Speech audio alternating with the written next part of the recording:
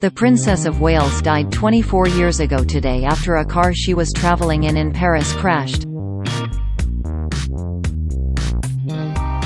David Bernknopf, CNN's former vice president and director of news planning, was in charge of a team of reporters as the news broke that Diana had been involved in a car accident. Recalling the 24 hours after the first reports of the crash, the ex-news chief spoke about how he sensed the incident was serious. He told Express.co.uk, "There was an instinctive thing and I just thought that the lack of information was telling us something. Because she is so well known and so important to so many people, that if she was just fine, if it was a bump on the head, somehow the word would come out and it wasn't happening." After Diana's divorce from Prince Charles was finalised in 1996, the Princess of Wales was reported to be in a relationship with Dodi Fayed, the son of former Harrods owner Mohammed Al Fayed. The pair dined at the Ritz Hotel in Paris on August 30, 1997 before checking out and heading to a private apartment. The hotel's deputy head of security, Henri drove Diana, Dodi and bodyguard Trevor Rees-Jones away from the hotel. The car was followed by reporters and photographers before it crashed into a concrete pillar in the Pont de l'Alma tunnel. Henri and Dodi were killed instantly, while Diana was later pronounced dead after being rushed to hospital. Trevor, who was also taken to hospital, was the only one of the four to survive crash. Mr. Bernknopf explained how it soon dawned on him that the crash was a serious incident and CNN needed to prioritize the story.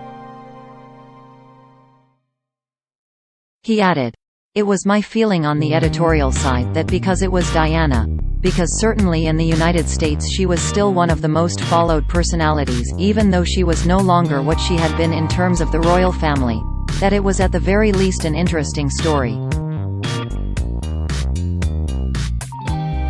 So, I started talking to the assignment desk senior person about, maybe we need to step up the coverage."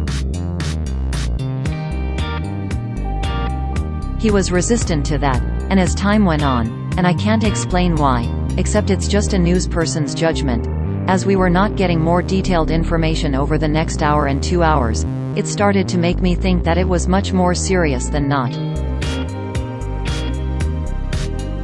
I started getting insistent at that point about, we have to wake everybody up, we don't know what's going on here. It was this assignment editor's feeling that, no, let's wait a little longer, let's see what happened. In retrospect, he's the one who had to wake people up, so it's easier for me as the person asking for that, but not being the person who has to make the phone call and wake people out of their sleep and get them to start moving. I understand that. In the UK, the public have been allowed to remember Diana on the anniversary of her death by visiting a new statue to the People's Princess. The statue was unveiled by Diana's sons, Princes William and Harry, at the sunken garden of Kensington Palace last month. The charity Historic Royal Palaces said that for the anniversary of her death, well-wishers would be allowed in to view the statue. Because of the pandemic, the site is normally only open to the public from Wednesdays to Sundays. Related articles: Anne Boleyn, framed by King Henry VIII's men over execution. Queen's life-changing gesture to Prince Edward. Prince William stepped forward to fill Queen's void left by Philip.